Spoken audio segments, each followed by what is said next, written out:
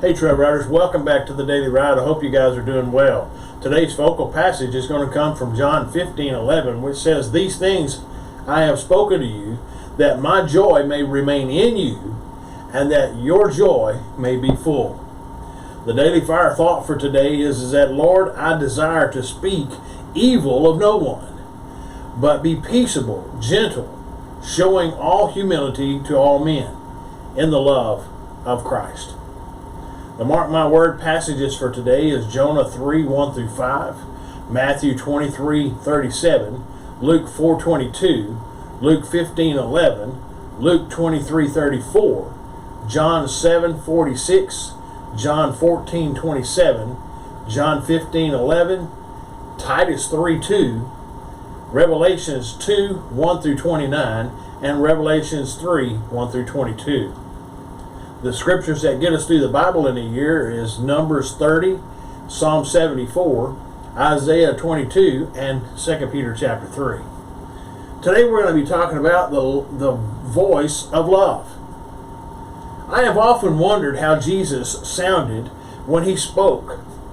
Once Jesus pronounced 7 woes against certain cities, but I wonder the tone of his voice and what it was.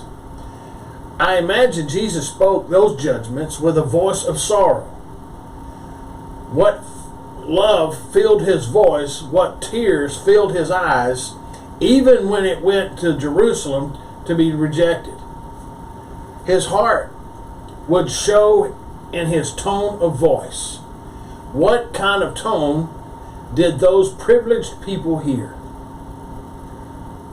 The Gospel of Luke records that they marveled at his gracious words which proceeded out of his mouth, Luke 4:22. The temple police were sent to arrest Jesus, and they came back spellbound and disarmed.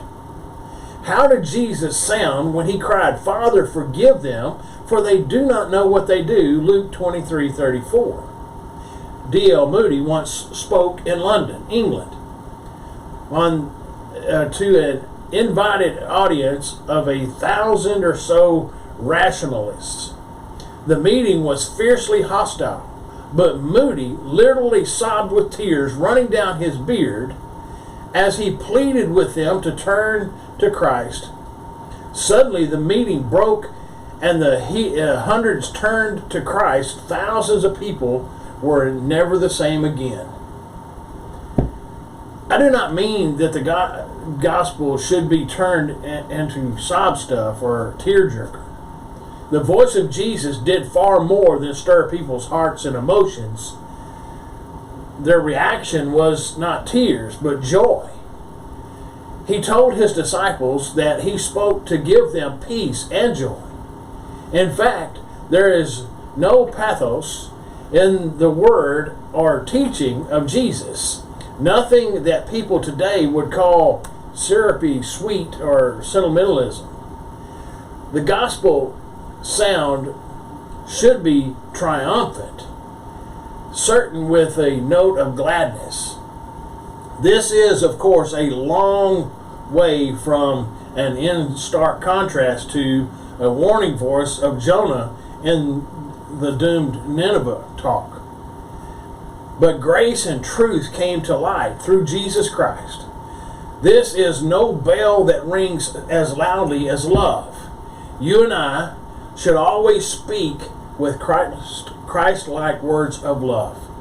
God bless you guys. I hope you'll continually follow me here on the Daily Ride, and I'll see you on the next trail ride.